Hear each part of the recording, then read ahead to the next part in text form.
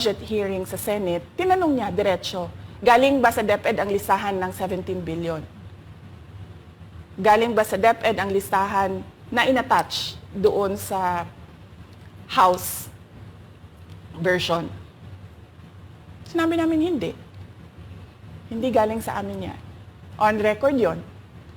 Makikita nyo sa mga videos, balikan nyo yung mga videos. Makikita nyo. Yes, my concern, Madam Chair, Mr. President, under the GAB, I observed that there was an increase in the budget for the construction of new classrooms from 19.6 billion to 24.6 billion. However, this is my concern, which you mentioned earlier, that the repairs and rehabilitation of classrooms was decreased from 6.5 billion to 1.5 billion. I also have information, Madam Chair, Mr. President, that 24.6 billion allocated under the GAB, but only 9.8 billion from the allocation is left to the discretion of DepEd. Kaya hindi ko na kailangan ng witness kasi makikita nyo sa papel. Tapos dumating ang BICAM, walang nangyari dahil ang nasusunod doon ay si Congressman Zaldico at si Congressman Martin Romualdez. Kaya nandun pa rin naka-attach yung 17 billion na ginawang listahan ni Co at ni Romualdez. In fact, balik lang ako konti sa'yo ha.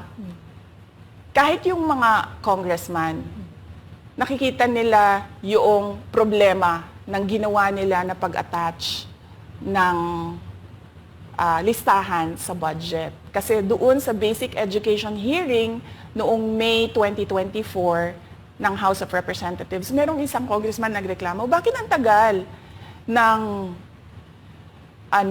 classroom construction? Bakit ang tagal? Eh sabi nung USEC ng DepEd, kasi may pabago-bago sa listahan ng DPWH dahil hindi kami ang gumawa ng listahan.